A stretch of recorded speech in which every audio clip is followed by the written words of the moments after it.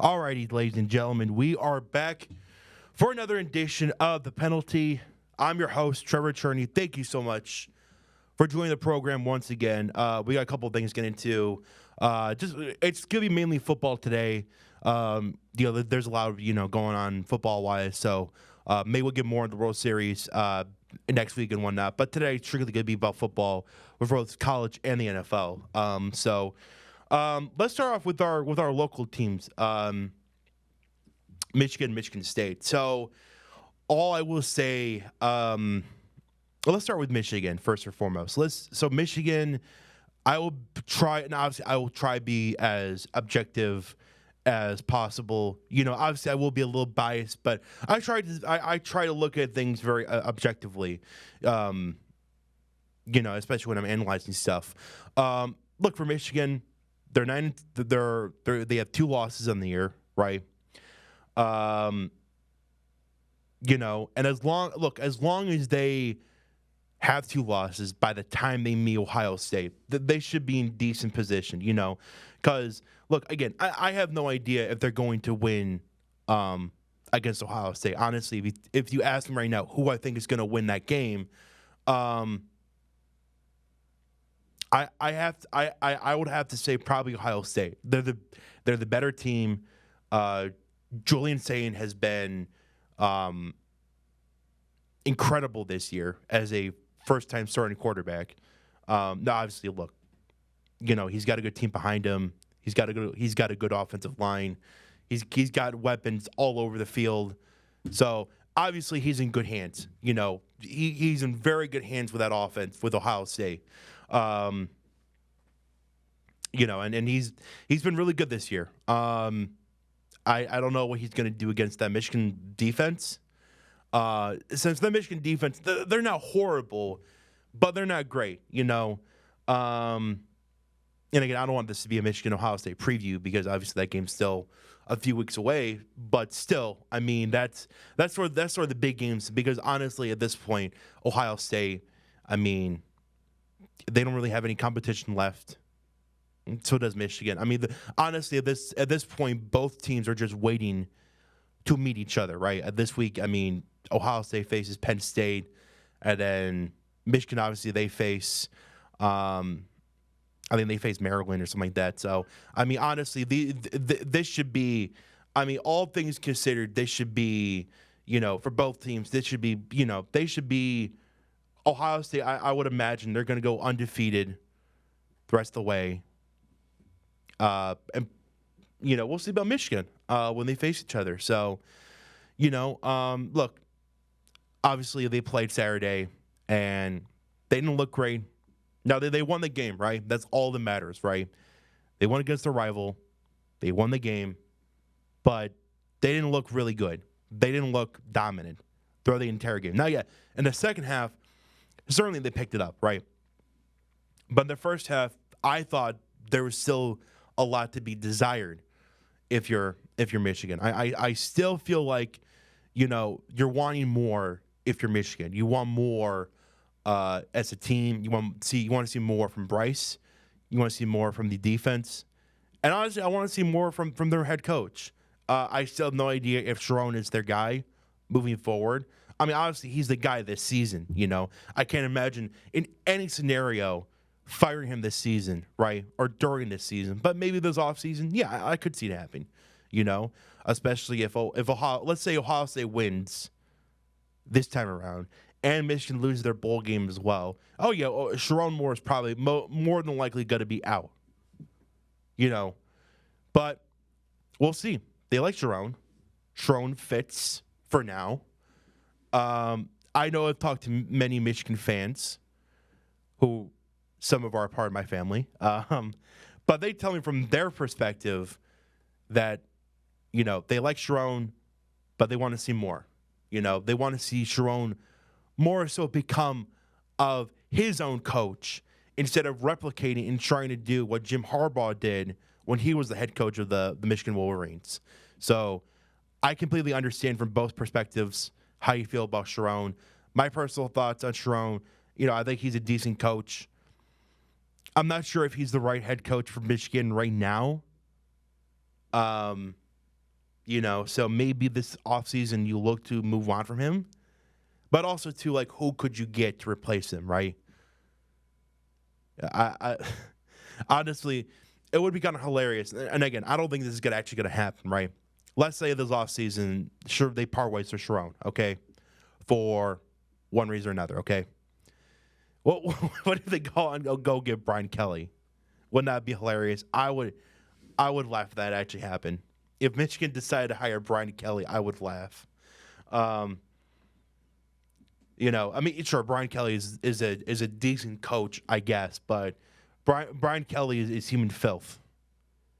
I mean, you know the stories. I'm not going to repeat it here, but Brian Kelly is human garbage, and there's a reason why he does not have a job right now, and why he was fired a week ago by LSU. So, look, for Michigan, bottom line is, at least, don't get,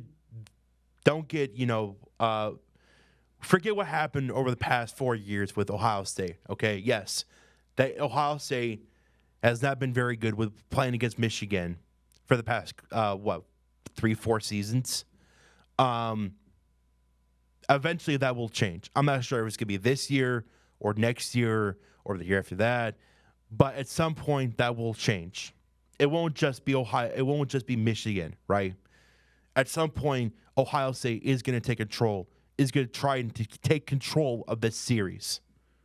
So either it will be this year or probably next year. So we'll see. And for Michigan State,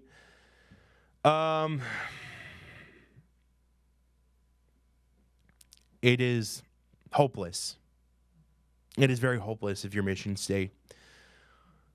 Jonathan Smith, he's not a good fit for this team. I call him a potato. He is many things. He is that blank face.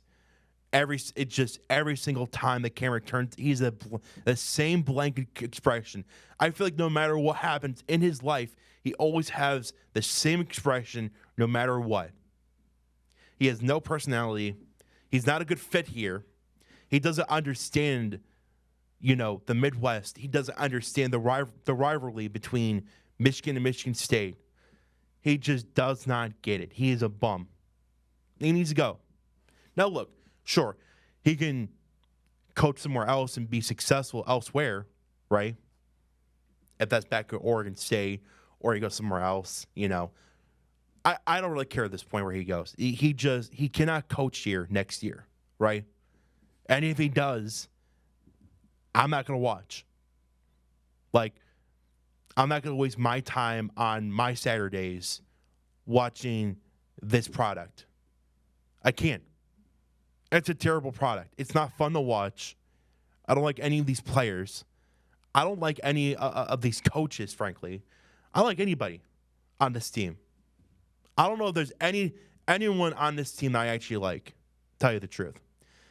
I'm not gonna yell, and I'm not gonna yell and scream anymore. Like I might still get angry one night, but I'm not gonna yell and scream anymore because it's not worth it. Okay, clearly the guy is terrible. Okay, clearly he needs to go. Clearly MSU needs to hire somebody who knows what they're doing, who can try and fix this. But I don't know. We'll see. I mean, look, if they keep him, I'm not gonna support this team. Then you can miss me. You can miss me with that. Seriously, how can I support a team when they're not interested in winning? Right? If you're keeping this guy, that tells me you're not interested in winning. Okay? He's a bum. He's got to go. And that game with Michigan, I mean, some of those calls, what are you doing going for two? Where there still is, 14 minutes left in the game? And it's at that point, it was only, going to be a 10-point game? If you would have actually kicked a field goal? Like, come on. That's just, I get being aggressive. I get, going for the win. Look, I understand, like, if you're trying to go for the win there, like, I understand that situation. but there's still 14 minutes left. Like, I don't get. Just this guy needs to go. He's garbage. A real school would have fired him by now. A real AD would have stepped in and would have been like, hey, we made a mistake. We got to get rid of this guy. But no, he's still here. So, and he might be, and you know what? Look, as long as he's gone by the end of the season, that's all that matters, right? Honestly, it doesn't matter now or after the season. It's just no matter what, he's got to go at some point. If it's after this game against Minnesota, which they're going to lose probably. Maybe then they'll fire him. So we'll see. Maybe hopefully next week when I come back here with the show, I can bring you some good news. And Jonathan Smith is fired. We can move on from that whole situation and we can start over, right? At least have some hope. At least.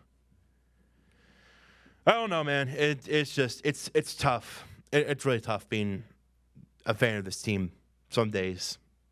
Got you a lot of days. I haven't felt real joy for this team in a long while, to tell you the truth.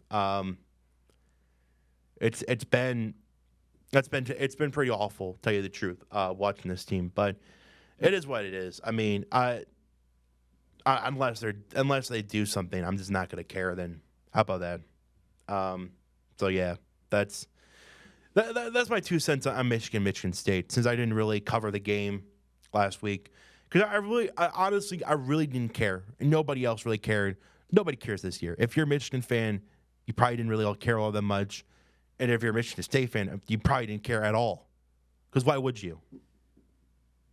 Oh, and by the way, I hope every single Spartan fan is happy with the whole "I believe," as their profile pics and whatnot on Twitter, and I saw that. Come on, let's not kid ourselves here. This team blows. This team is not good. So you can miss me with the whole "oh, I believe." Yeah, I'll believe when Jonathan Smith gets the boot. How about that? That's when I'll believe. Okay, transitioning over some good football.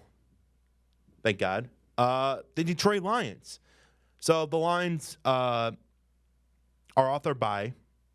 They faced Minnesota Vikings on Sunday. It's a 1:00 game, so it's not in any way a high pressure game for either team. Honestly, like maybe for Minnesota, because you're trying to climb back from your season, because they're in a bit of a hole right now. But there still is a way to get out of it, and there still is a way to come back and hopefully, start winning games again this season. So, but again, Minnesota's a mess. Their quarterback situation is a mess. JJ is going to start Sunday. It'll be his first game back since week 2. This is probably not going to go well for the Vikings. Look, the Lions are just a better team. I mean, honestly, coaching, I would say is pretty equal. I think I actually have a lot of respect for Kevin O'Connell. The work he did with Sam Darnold to help him last year was just incredible. And now with JJ McCarthy, somebody who's raw, somebody who is talented, I know that's where it coming from, as far guy, right? But yeah, I mean, it is true. Look, JJ, the only problem with JJ is, well, for one, he doesn't know the other team's plays, like back in college. Oops, I'm sorry. But second of all, like I said, he's young and he's raw, and this is his first year starting, because last year he got hurt, so he couldn't start. And now this year, he's barely played any games. And honestly, look, for the Vikings, this is just a bad spot all around. The Lions are coming off a bye. They're getting some players back on defense. Tayon is going to play. Avonte Maddox might play. They're bringing back some guys from defense. So, for the Vikings, look, they might keep it interesting, but I don't know. This is a really bad spot for the Vikings. I don't see this game going any other way than in the Lions' direction, or the Lions' favor. Lions are just a better team. Their roster wise, they're a better team. Their quarterback's better. Their defense. Honestly, I'm at the point now where I think Brian Flores is sort of an overrated coach in a way. Well, at least this year, right? And I know their defense, I know they've had some injuries on defense and whatnot, but clearly this year their defense hasn't been all that great compared to last year, right? Last year, you saw flashes, you saw their defense was aggressive, it was good, but they would struggle against high-powered offenses. So, and again, I think this is what was going to happen. On Sunday, because when the Vikings defense, its main weakness is when you have as many weapons as the Lions do, right? And I can go down the list of how many weapons they have, but they have a lot of weapons in that offense. And for somebody like Brian Flores, who's heavy on blitzes and this and that, and who's very aggressive in that way, that's the Lions are going to have I don't want to say they're going to have a field day, right? Because again, it's the NFL and it could go either way. But again, it's just a really bad spot for the Vikings. If I have to tell you the truth, it's at Ford Field. Like I said, Lions getting certain players back on defense. So, but look, we'll see how it goes. Again, JJ hasn't started since week 2. So, it's going to be – it certainly will be interesting to watch. But, I'm going to go Lions here, obviously. I feel very confident in saying that. And, again, I don't think this game is going to be – I wouldn't be surprised if this game is, over by probably the third quarter. The Vikings probably – look, if they keep it close in the first half, right, I could see them winning. But if it gets out of hand quickly,